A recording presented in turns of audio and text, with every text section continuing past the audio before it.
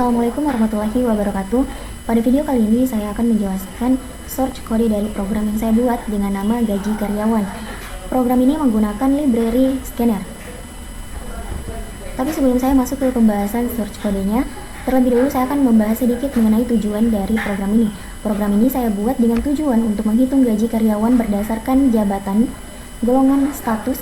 Nah, status di sini ada dua, yaitu menikah dan belum menikah, serta jumlah tanggungan. Untuk hasil akhirnya nanti adalah total penghasilan, pajak 10%, dan gaji bersih yang diterima oleh karyawan. Oke, kita langsung masuk saja ke bagian search kode. Di sini yang pertama ada package gaji karyawan. Nah, package gaji karyawan ini bertujuan untuk menyimpan kelas dalam folder atau package. Jadi ketika kita ingin membuat suatu program, membuat project baru, maka yang tersimpan di folder adalah ini dengan nama gaji karyawan. Selanjutnya, di sini ada library import yang dimana ada dua, yaitu yang pertama scanner dan decimal format. Pada scanner ini digunakan untuk input data dari keyboard, sedangkan decimal format ini digunakan untuk memformat angka menjadi rupiah. Selanjutnya kita akan mendeklarasikan kelas dengan nama kelas gaji karyawan. Di sini yaitu public class gaji karyawan. Yang dimana ini merupakan kelas utama bernama gaji karyawan. Yang dimana semua program berada di dalam kelas ini.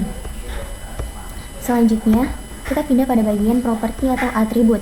Di sini kita akan mendeklarasikan variabel yang dimana variabel di sini ada kode karyawan, nama, kode jabatan, status teks dengan bertipe data string, serta ada golongan, status, dan tanggungan dengan tipe data integer, dan gapok atau gaji pokok, tunjangan jabatan, tunjangan status, total penghasilan, pajak, serta gaji bersih dengan bertipe datakan double. Oke, selanjutnya kita beralih pada baris ke-13. Di sini ada scanner input dan decimal format DF. Nah, scanner ini digunakan untuk input user. Sedangkan decimal format di sini agar angka yang tampil itu rapi. Jadi dia dalam bentuk rupiah. Oke, kita beralih ke metode input atau input. Nah, pada baris 18 di sini ada void input data. Yang dimana pada bagian ini metode mengambil input dari user. Nah, contohnya pada bagian system out print input kode karyawan.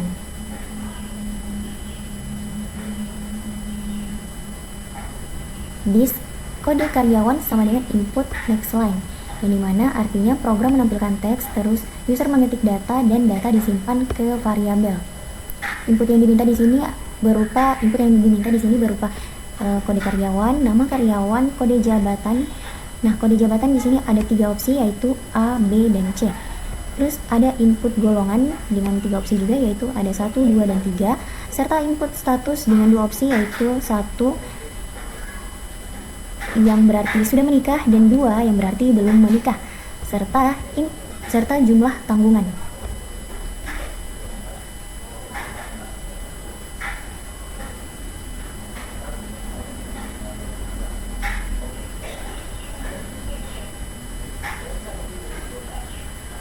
Oke, baik, di sini mungkin saya juga akan menjelaskan apa itu this, system out print, dan next line.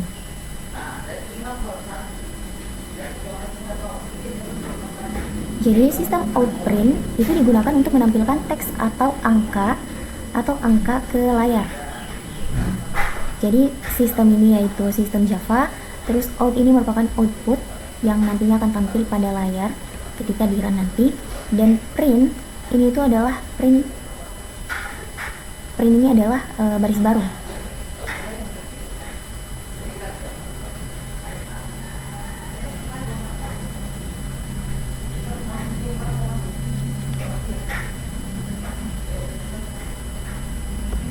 Selanjutnya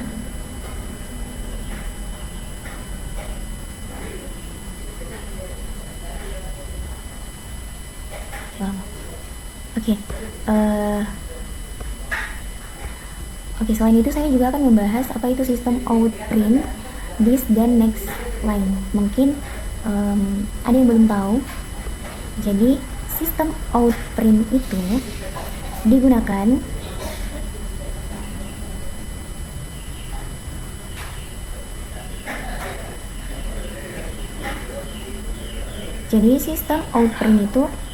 digunakan untuk menampilkan teks atau angka ke layar, yang dimana sistem itu merupakan sistem Java, terus out itu untuk output yang nantinya akan ditampilkan pada layar, dan print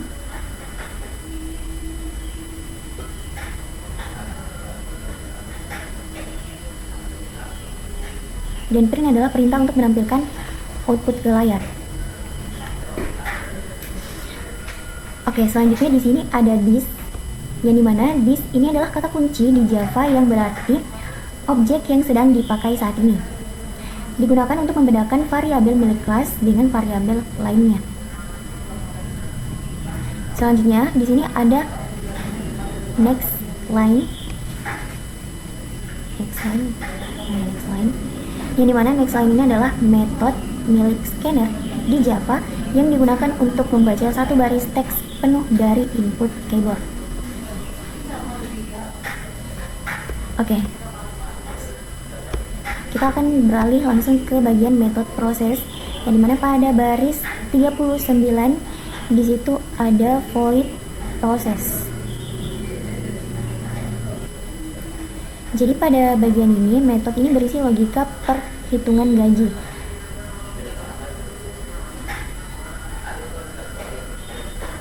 Yang dimana yang pertama di sini ada logika jabatan.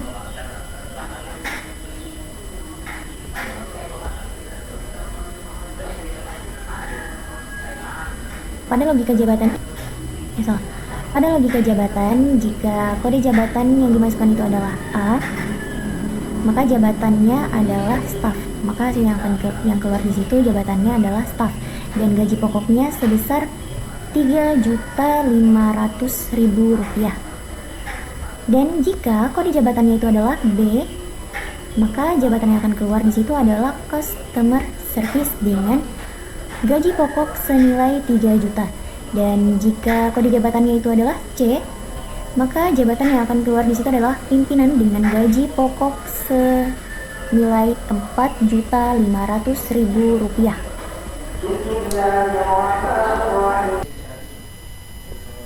Oke, baik, selanjutnya kita akan beralih pada bagian metode proses.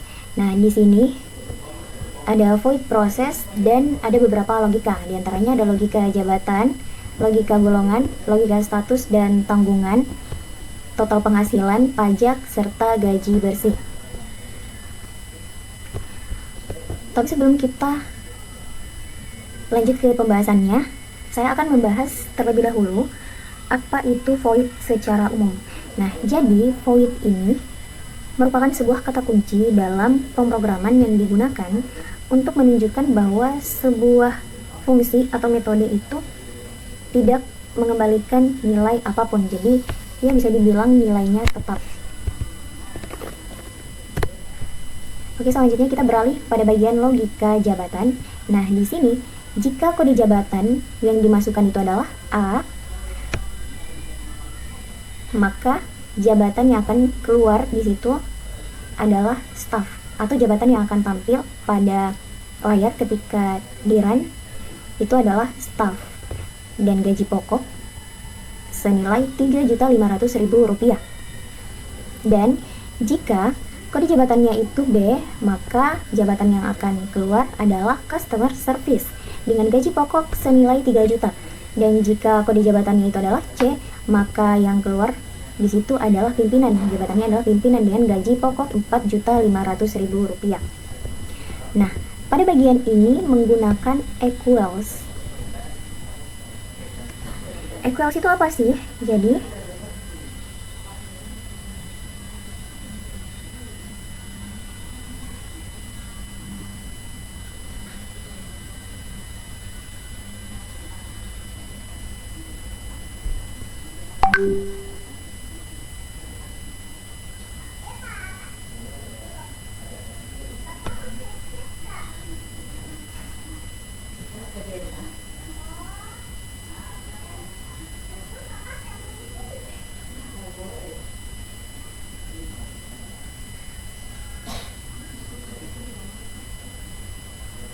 Nah, equals itu digunakan untuk membandingkan isi teks dengan tipe data string. Jadi ketika kita menggunakan equals di sini, maka kita tidak perlu atau tidak usah memakai dua tanda sama dengan seperti ini. Tidak usah, karena kita menggunakan equals. Kecuali if yang digunakan di situ bertipe data lain selain string, maka bisa menggunakan dua tanda sama dengan.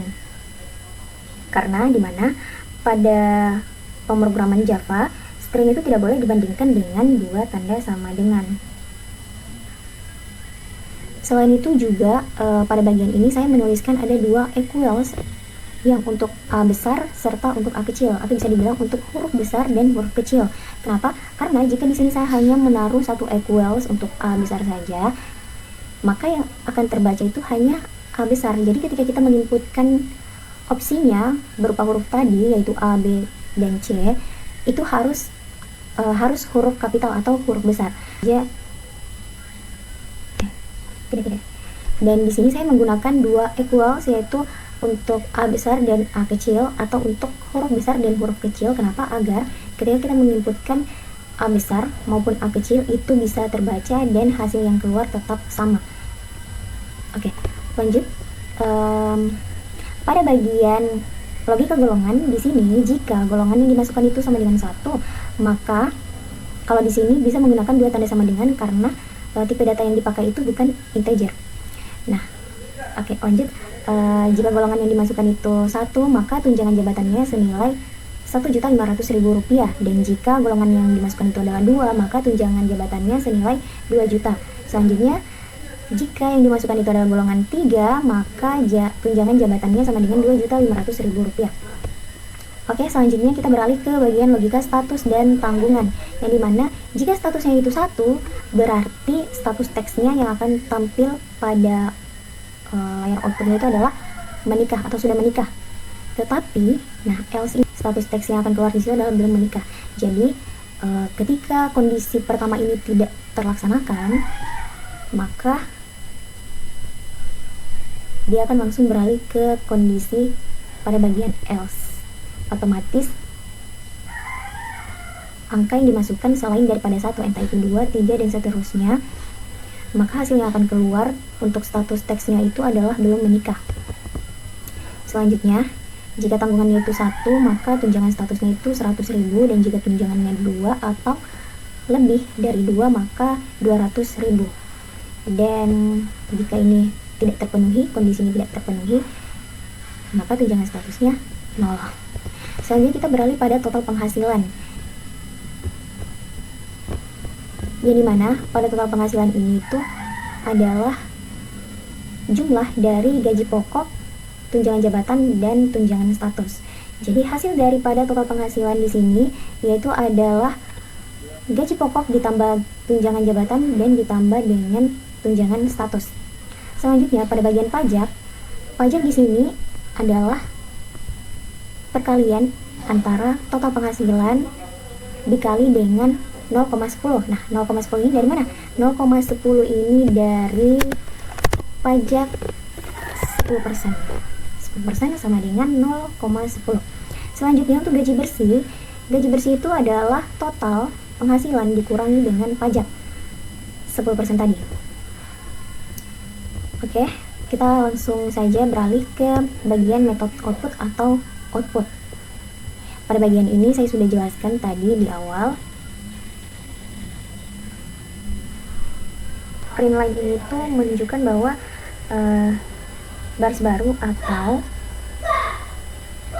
tampilan dengan ganti baris, atau dia akan membentuk baris baru.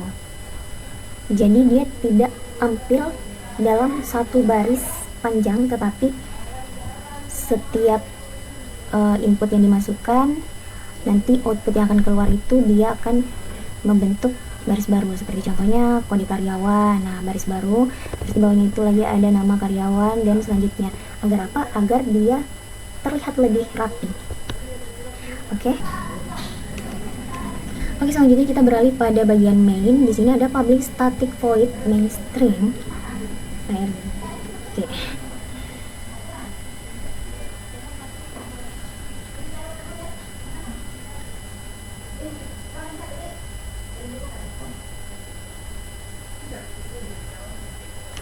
Nah, public static void main ini tuh merupakan sebuah metode khusus dalam bahasa pemrograman Java yang digunakan sebagai titik masuk atau entry point untuk menjalankan program Java.